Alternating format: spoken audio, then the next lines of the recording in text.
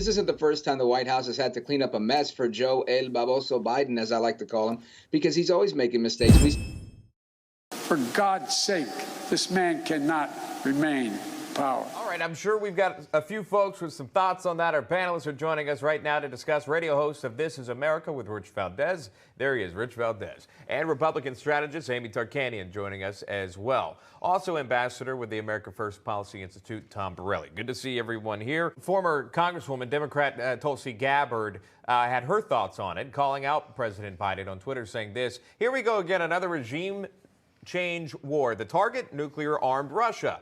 Biden, for God's sake, this man, Putin, cannot remain in power. Regime change is the true intent of Biden admin's policies, which will have catastrophic consequences for Americans and world." Again, that from former Democrat Congresswoman Tulsi Gabbard. Final thoughts, Rich Valdes on this. Yeah, well, Tulsi Gabbard is taking shots. She takes them whenever she can. Doesn't mean she's always right. But I agree with her on this one. I think Biden's out of his mind. This isn't the first time the White House has had to clean up a mess for Joe El Baboso Biden, as I like to call him, because he's always making mistakes. We see Jen Pasaki do it time and again, and this is just another example of that. But I have to say, I really don't believe that Biden's going to do anything. He's proven who he really is. Not only is he a pacifist, but he's weak. He's not willing to take action. He's not going to do anything. He's clearly very afraid, and now he's whining. Instead of saying, "Look, I'm going to push back on this," he's saying, "We've got to stop this guy and take him out of power." It's absolute utter weakness. We remember all the pushback the White House, the cleanup, I should say, White House had to do after the minor incursion comment that we heard from President Biden about a month ago at that press conference. Panelists, if you could stay with us, we'd like to continue the conversation. Everybody knows what the Midas touch is, and it seems Joe Biden has the exact opposite effect, the Biden touch. It's horrible. Well, we are still years away from knowing the exact makeup of the party's tickets when it comes to 2024.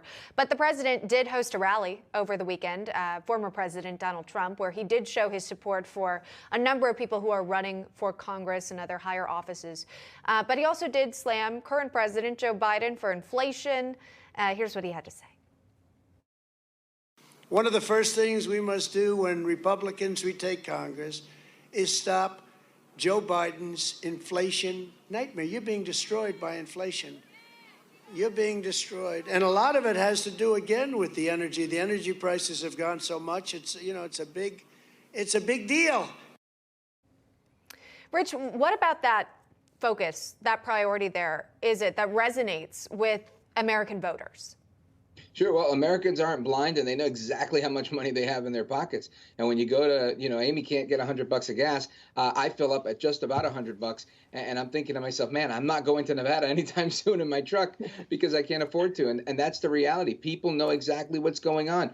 And with Trump continuing to stay on message and say what people are actually feeling, people are realizing, you know what, this guy's no good. Everybody knows what the Midas touch is, and it seems Joe Biden has the exact opposite effect, the Biden touch. It's horrible.